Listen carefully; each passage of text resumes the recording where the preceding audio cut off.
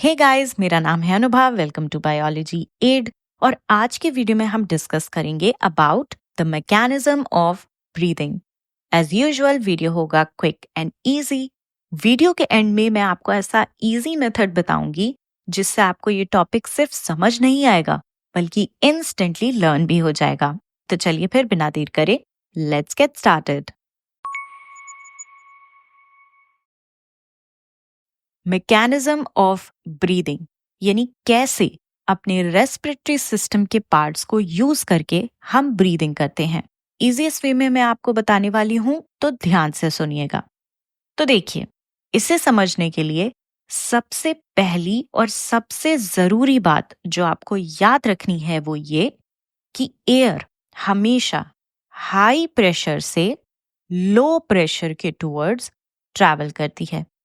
यानी मान लीजिए, अगर लंग्स में बाहर के एटमॉस्फेयर के कंपैरिजन में प्रेशर लो होगा तो एयर हाई टू लो जाएगी, मतलब लंग्स के अंदर जाएगी, राइट? और अगर लंग्स में प्रेशर बढ़ जाए, हाई हो जाए, तो air again low to high यानी लंग्स से बाहर चली जाएगी, है ना? अच्छा, अब दूसरी याद रखने वाली बात, pressure is inversely proportional to volume. इसका क्या मतलब हुआ? मतलब मान लीजिए हमारे पास ये नॉर्मल साइज की लंग्स हैं और इसके अंदर ये एयर के मॉलिक्यूल्स हैं। अब ये मॉलिक्यूल्स लंग्स की वॉल्स पे कुछ प्रेशर क्रिएट कर रहे हैं। ओके, अब हमने क्या किया कि हमने लंग्स का साइज घटा दिया। इससे क्या हुआ? लंग्स के अंदर का वॉल्यूम कम हो गया और एयर के मॉलिक्यूल्स को इस कम वॉल्यूम में एडजस्ट होने के लिए पास पास आना पड़ा। अब इनके क्लोज आने की वजह से ये लंग्स की वॉल पे और ज्यादा प्रेशर क्रिएट करने लगे, यानी प्रेशर इंक्रीज हो गया। देखिए, इस बात को ऐसे समझिए, एयर के मॉलिक्यूल ज्यादा पास पास नहीं रहना चाहते, उनको अपनी पर्सनल स्पेस चाहिए होती है। लेकिन वॉल्यूम को कम करके हमने उन्हें क्लोज ला दिया, जिसकी वजह से ये गुस्से में लंग्स की वॉल पे जोर से धक्का मार रहे हैं। बस इसी को बोला जाएगा कि वॉल्यूम कम होने से प्रेशर इंक्रीज होता है। They are inversely proportional. अच्छा, अब इसी बात को हम उल्टा करें तो क्या होगा?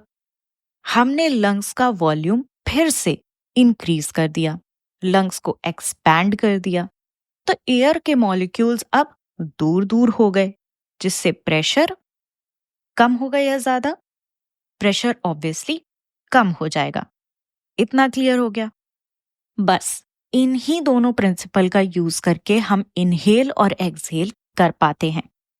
जितने भी रेस्पिरेटरी सिस्टम के पार्ट्स हैं वो मिलके बस इसी प्रेशर और वॉल्यूम को कम ज्यादा करते हैं ताकि हम इनहेल और एक्सहेल कर पाएं।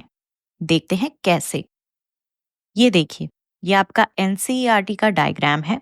ये रही लंग्स जो रिब केज के अंदर हैं। रिब्स के बीच में जो मसल पाई जाती हैं उन्हें हम बोलते हैं इंटरकोस्टल मसल्स।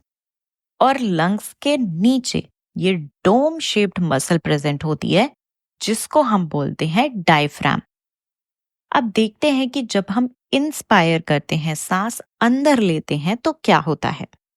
इंस्पायर करते वक्त डायफ्राम और इंटरकोस्टल मसल्स कॉन्ट्रैक्ट करेंगी। इससे क्या होगा? इससे रिब्स और स्टर्नम बाहर की तरफ रेज होगा। ये देखिए लिखा है, रिब्स एंड स्टर्नम रेज्ड।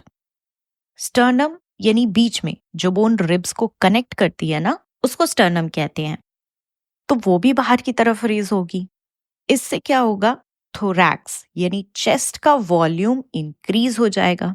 जब चेस्ट का वॉल्यूम इंक्रीज होगा तो लंग्स को भी ज्यादा जगह मिल जाएगी और वो भी एक्सपैंड कर जाएंगी। इससे जो पल्मोनरी वॉल्यूम यानी लंग्स का वॉल्यूम है वो इंक्रीज हो जाएगा। देखिए, एक बात याद रखिएगा, जहां भी टर्म पल्मोनरी यूज हो रहा है तो लंग्स से ही रिलेटेड कुछ बात हो रही है। ओके, अब अभी हमने डिस्कस किया था कि pressure is inversely proportional to volume. तो जब लंग्स का वॉल्यूम यानी पल्मोनरी वॉल्यूम बढ़ेगा, वैसे ही लंग्स के अंदर प्रेशर डिक्रीज हो जाएगा, राइट? और एयर हमेशा हाई प्रेशर से लो प्रेशर की टुवर्ड्स जाती है। तो एयर एटमॉस्फेयर से कहाँ मूव कर जाएगी? Inside lungs. डन। तो हम कह सकते हैं कि इनहेल करने के लिए या इंस्पिरेशन करने के लिए हम लंग्स को एक्सपैंड करके अंदर का प्रेशर घटाते हैं ताकि एयर अंदर मूव कर सके। इतना समझ आ गया? अमेजिंग। अब बात करते हैं एक्सपिरेशन की। तो इंस्पिरेशन में हमने जो डिस्कस किया, एक्सपिरेशन करने के लिए इसका जस्ट ऑपोजिट होगा कि डायफ्राम और इंटरकोस्टल मसल्स रिलैक्स कर जाएंगी, जिसकी वजह से चेस्ट का वॉल्यूम घट जाएगा और लंग्स भी उस वजह से दब जाएंगी।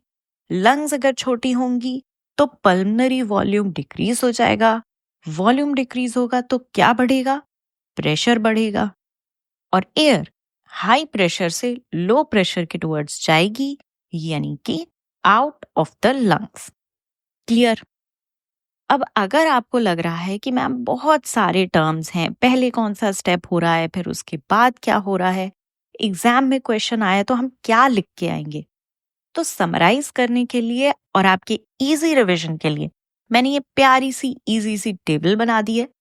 इसको अगर आप 2-3 बार अच्छे से रिवाइज कर लेंगे तो आपको ये टॉपिक बाई हार्ट याद हो जाएगा।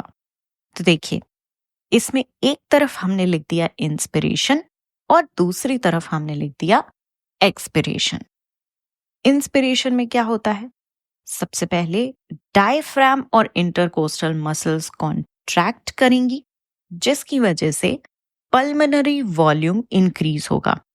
जब वॉल्यूम इंक्रीज होगा तो लंग्स के अंदर बाहर के एटमॉस्फेयर के हिसाब से प्रेशर डिक्रीज हो जाएगा और एयर कम प्रेशर की तरफ ही तो जाती है ना? तो air moves inside lungs, right? अब सिमिलरली एक्सपिरेशन में देख लेते हैं क्या होगा। यहां डायफ्राम और इंटरकोस्टल मसल्स रिलैक्स होंगी, जिसकी वजह से पल्मोनरी वॉल्यूम डिक्रीज हो जाएगा। वॉल्यूम डिक्रीज होगा तो प्रेशर बढ़ जाएगा, राइट? और एयर कहां मूव कर जाएगी? Outside the lungs. डन। अच्छा, इसके बाद एनसीईआरटी हमें 2 छोटी छोटी बातें बताती है जो हमें याद रखनी है, क्योंकि इससे क्वेश्चंस बन सकते हैं। पहली बात कि एक हेल्दी ह्यूमन 1 मिनट में 12 to 16 टाइम्स ब्रीथ करता है। दूसरी बात, स्पायरोमीटर नाम का एक ऐसा टूल है जिसे हम ब्रीथ करते वक्त कितना वॉल्यूम ऑफ एयर इन्वॉल्व है, इसको एस्टिमेट कर सकते हैं, एक अंदाजा लगा सकते हैं कि कितनी वॉल्यूम ऑफ एयर ब्रीदिंग करते वक्त यूटिलाइज हो रही है। Okay, so that is it about this video. मिलते हैं अगले वीडियो में with the next topic. Until then, stay curious.